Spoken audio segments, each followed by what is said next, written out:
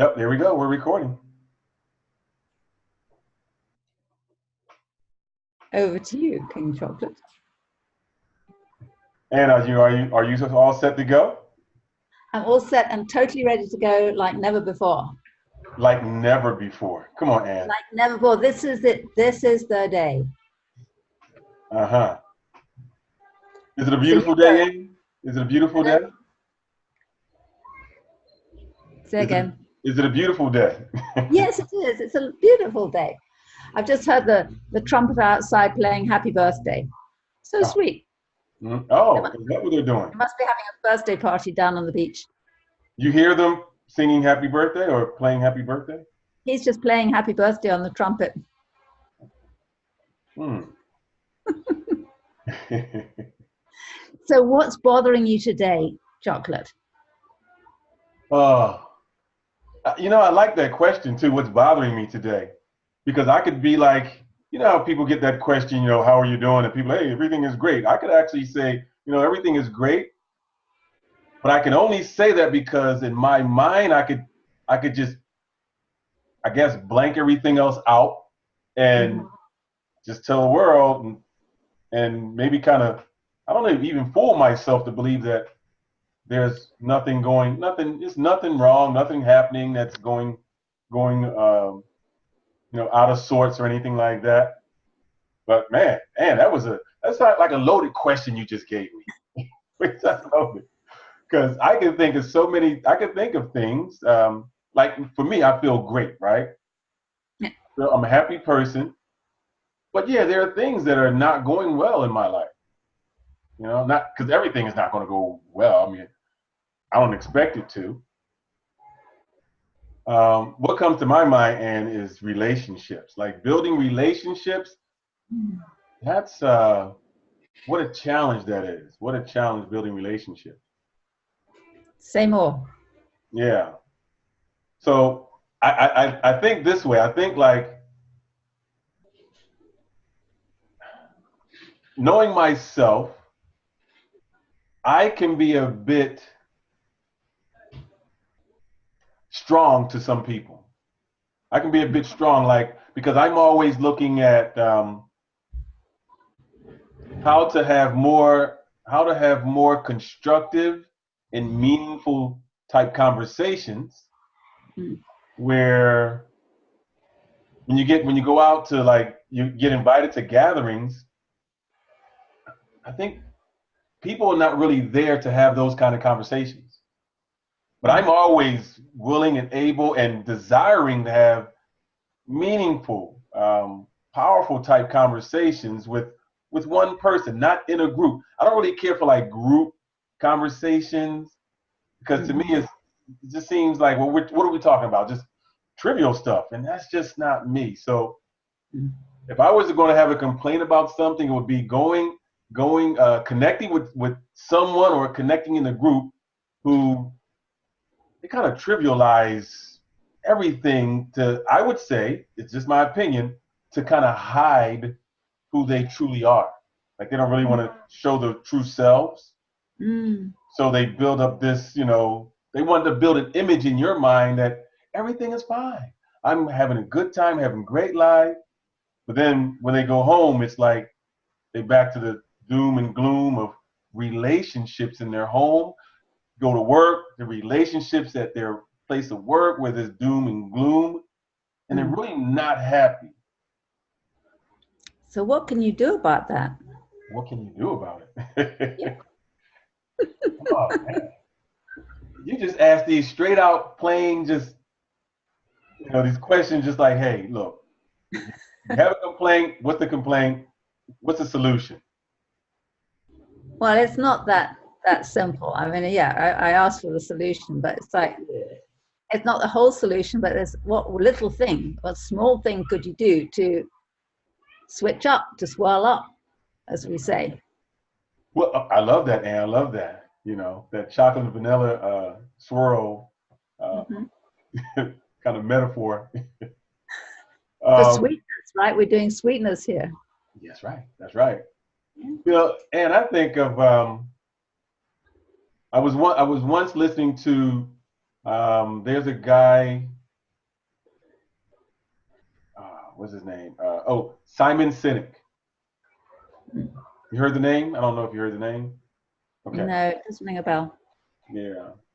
And he was talking about he said like it's not about like trying to persuade people to hear like to try to believe what you believe, right? It's not about like we have conversations and we in our conversations we want people to see our point of view and maybe even take our side. You feel Mm-hmm. oh yeah, you agree with me? Excellent. So he says it's not about that. It's not about trying to persuade people to to believe what you believe or take your side. It's about being yourself Mm-hmm. and just putting yourself out there in order for you to connect with or attract people who believe what you believe and believe the way you believe.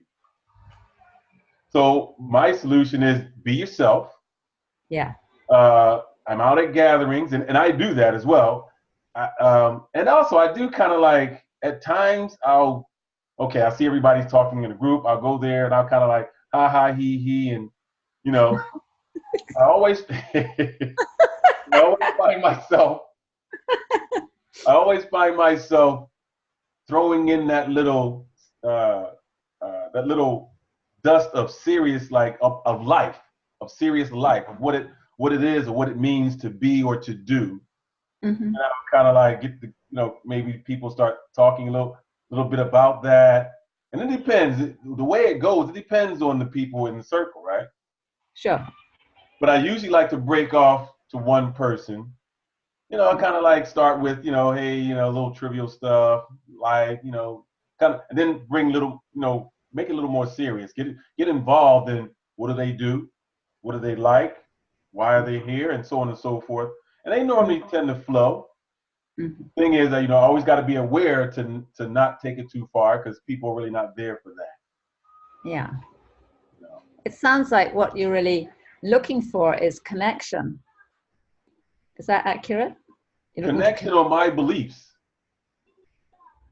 So you don't connect unless someone has the same beliefs as you? I don't think this is my opinion, Ann. Yeah, sure.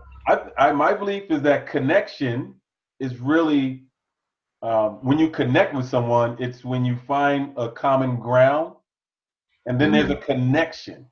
Mm-hmm. Because if it's opposites, it's like they repel. Yeah. So it doesn't really. If someone believes, if they're in disagreements, if they disagree with what you're saying, or they don't have any, if they don't have a if they don't tie if their thoughts or something about them doesn't tie into what you believe, because you're going to speak what you believe, right? You believe it, so you speak it. And if they don't tie in with that, then it's like, oh, nice knowing you, and then they go their direction and you go your direction. So I believe that yes, it's about me, it's about us finding people who do have similar beliefs. Mm-hmm. I'm not saying everything has to be the same, but the beliefs are similar. Yeah, I And can be similar. yeah, and the people are both willing to open their thinking up to possibilities of what the other person is saying. That's when I think connection works at its greatest. Right. I think it's ideal. However, in the community that I live in, there are few people who have beliefs exactly as I have them. But the way I make it work for me is I take an interest in what their beliefs are, even if they're different from mine. So I get them talking about what their passions are, what they love. I get them to talk from the heart because I ask from the heart to the heart. So I'm less concerned about what they believe or don't believe. I'm more concerned in being a vehicle's not quite the word, but someone they feel comfortable talking to about what is important for them. And I may not agree with that, but I make a connection despite the differences. And I enjoy that. It's very interesting. And when you get people talking about what they really love and what's important for them, they come to life. And then I connect with their coming to life. even if the beliefs are different. Mm. Mm. And Now, I do that here because people who don't have my beliefs, so I'd be totally isolated if I wanted people with my beliefs. So I was like, okay. It's like, but as it is, I just like to smile with people and get them to talk about what they're interested in. It's like, yeah, it may not be a bosom buddy for the rest of my life, but it's like, it's a nice exchange while it lasts. do you notice, and when you're speaking with someone and they have a similar thought pattern, Mm-hmm. right? And they start to connect on, like, you'll speak and you'll draw a picture for them in your conversation, and then they grab onto that picture that you've drawn for them and they go, oh yeah, and they kind of they have similarities in that, and there's like a bond starts to develop because there is an agreement there. Like, oh yeah, I've had that happen to me. Like, an example would be, oh, you tell somebody a story and you go, oh, I have a similar story. Oh, I've had that happen to me. I understand what you're feeling and what you're thinking and where you're coming from. Mm-hmm. What you find is that starts to become more like meshed together. You start to feel this like drawn into that person, to where Connection. you may even start to think of or feel, right? Because we go about feelings so much, you flow with that with the heart, right? Mm-hmm. You start to feel like, man, I could look forward to connecting with this person again, Yes. opposed to you having a conversation with someone and they're just talking about themselves, and um, you can't really connect to what they're saying. Like I don't really get that, because your morals or your could be a moral issue, right? Like, I mean, I don't want to keep using Trump, but I'm going to use Trump. If me and him were to have a conversation, I don't know him, but what I do know of him, I bet that he'll say things that I'll go, man, I don't even know if I want to have this conversation again. I don't know. And I may say things that he'll probably go, how could you really think? Really? No. I mean, I can see that there's friction, right? Like, we won't really come together. And so I won't look forward to connecting with him in the future. So when I think of connection, I think of connecting with someone that Mm-hmm. where you have this sense of looking Mm-hmm. forward to making it something that's ongoing, instead of just like, well, I just want to know about you, and then that's it. It's not about, I'm not going to give you anything about me. I want to know all about you, because to me that's where we get in as coaches. We want to learn about that person to see if we can, how can I serve or assist you in your growth and development. But if it's just like, hey, let's just be buddies and friends, it's not that similarity there. I don't want to Well, continue. in a sense, then, if you're meeting people with a view to talk for them to become a client, then that's a different thing, because you have an agenda there. So in a sense, you have a hidden agenda, which is to meet people that you're going to be working with. But if it's just a conversation where you don't have an agenda, like you're just a human being, and I'd like to hear more about who you are and what's important to you.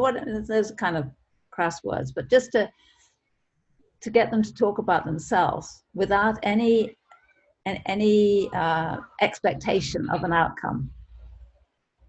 I mean, so if you're talking about, because you talked about difficulty relationships, you're fine that you're doing well in life, and then you go back home and it's like, oh my goodness, relationships again. And so how would you handle that? And I think everyone needs to be listened to and heard, everyone. And there's a great shortage of good listening around. So whether you're at home or at work, maybe there's someone who's at work, if you're working in a company or in a team or something, and someone seems a bit out of sorts, or something, you can get them to talk, say, hi, how are you doing? What's new? And not necessarily to go into the issue, whatever is bothering them, as I asked you, what's bothering you? It's like a bit up front, wasn't it, really? But it's well, the word that comes to mind is schmoozing. Schmooze with people, because that schmoozing can soften their day, can help them to sort of see that around the corner, to help them to have the heart energy to deal with the issue that they may be having to deal with. And you don't even necessarily need to know what the issue is. But the fact is you're a friendly listening ear, and you just want to take a little time with them, to smile with them, and you can turn a person's life around. You don't have to know what's going on with them, but you can just come from the heart and connect from the heart. And that connection, that heart connection, whether it's a client or an ordinary person or a member of the family at home, whoever it is. Mm-hmm. And I think we connect from the heart when we have to connect our own heart first of all. And when we have that heart connection, then we can put it out to others. And we listen from the heart, and they get it. It's like no sweat.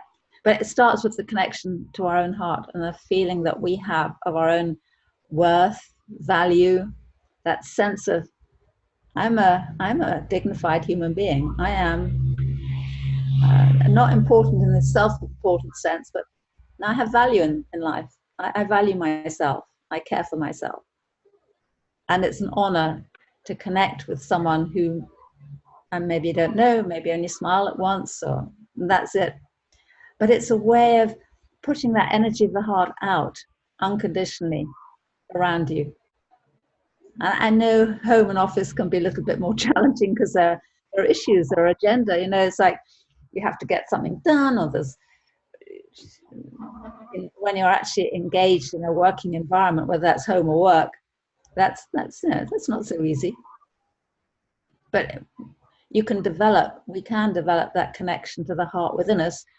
Everyone is alive has a heart, otherwise we wouldn't be here. It's like we all got that heart. Mm-hmm. And so we can all awaken to that heart, so that it's through the heart we connect with people. We're never lonely if we're in touch with our own heart and we allow that to come out. So I mean, I go down on the beach in the morning for a swim. I never know who's going to come up and just say hi, or the kids, you know, you look at kids and they're playing around with their little hats and sunglasses. I mean, it's so sweet. Mm-hmm. And they warm my heart, these kids playing down on the beach. They're so sweet. So I come back in, having had my swim, and I see these kids, I go back, I kind of set up for the day. So this is where I get to feel a little passionate. But I mean, this is the heart. This is the heart of us humans are just extraordinary. And there's so much we can do, and it doesn't have to cost much effort. It's just being who we are. It's like you want to say, you know, being who we are, just being natural. That's the heart. That's what we got. Yeah. If that's all we have, that's a lot. So, Anne, who are you closest to? Who would you say that you're closest to? As far as your connection with the heart. Well, several people come to mind. I have friends here. I guess my sister. I love my sister, and so we talk most weeks, most weekends. You feel like you're closest to her than you are to anyone else? It's hard to say. No, I'm close to a number of people. She's certainly one. Well, I actually think you're closest. Now, I know you're close to people, but I mean the closest. Who you have the deepest connection with, or when you think of that person, you just, you know, more so you'll smile, and even when you think of that person, more so than anyone else. I don't have one. Okay. I don't have one. If I had a close partner, husband, whatever, that would probably be the person, but I don't. I'm kind of a free bird in a way. So I connect. I have people that I feel very close to that I don't necessarily see all the time, but I have a warmth with them. Like quite a lot of them, really. But at this point, no one I would say the closest. Are you saying that because you don't want people to watch this video, Anne, and then judge you? But I thought I was close. Yeah. I'm really concerned about that. I'm really concerned. Yeah. No. That doesn't bother me. I'm not hiding. All right, well, give me a name, Anne. Give me a name, Anne. I want it to be on live recording. I want your friends and family to hear who you're going to stay. Is your closest ally. You're trying to put me on the spot, aren't you, Chocolate? Yes. Use being bad chocolate. Hey, There's no such thing as bad chocolate. Chocolate can't go bad, Ann. You didn't know that? Or sometimes it can. I never saw bad chocolate, Ann. I did. You did? Really? Yes, I did. It went moldy. That's unusual. I never saw mold on chocolate. Well, maybe it was in the fridge or something and it'd been there for a while. I mean, A decade. I've experienced bad chocolate. Okay. I'm not saying that you are bad chocolate, but I have had the experience. And before you're going to embarrass me any further, I think we've probably entertained the folks for long enough. Okay. And we can pick this up again because I think, I mean, I think you put your finger on it about relationships are the most challenging thing, without the shadow of a doubt. You know, and even Comcast going funny with your serving and, you know, internet server, that's nothing compared with a relationship which is tricky. So you want to let them in on why you mentioned Comcast? Do you want to let them in on that? Yes, because my dear friend Chocolate was late coming on the call. Yeah. Because the server was letting him down. He was letting you down, wasn't he? And you were definitely a bit bothered about that. I was. Now, I didn't want to make an excuse. That's why I apologized when I first came on to Ann. I said, I'm really sorry for being late because there are no excuses. At the same time, because she's my friend, I wanted to let her know what was going on. For sure. And she understood. So I appreciate her understanding. And things happen, you know. Things go wrong. Technology goes wrong. It's like, it doesn't bother me. It was very sweet of you to apologize, but, you know, I just know things happen sometimes. So, okay, get on with it. Get over it and get on with it. That's true. Yeah. Well, thank you everyone for joining in. We look forward to you guys in the future, leaving us comments, checking out more of what we have to say. But with no ado, I'm Theron King T. Washington, aka King Chocolate of LA. And I am Ann Naylor, aka Queen Vanilla of the French Riviera. And it's been a joy to share with you today. We love to hear from you. And what we're aiming to do is really share our views from two different worlds, Los Angeles and the French Riviera. Yeah. Combining hope and humor with the sweetness of life. The sweetness of life, because that's in the heart, and that's what we're really about, the heart. Is that so, Chocolate? Yes. The heart. Yes. Well, till next time, people. God bless.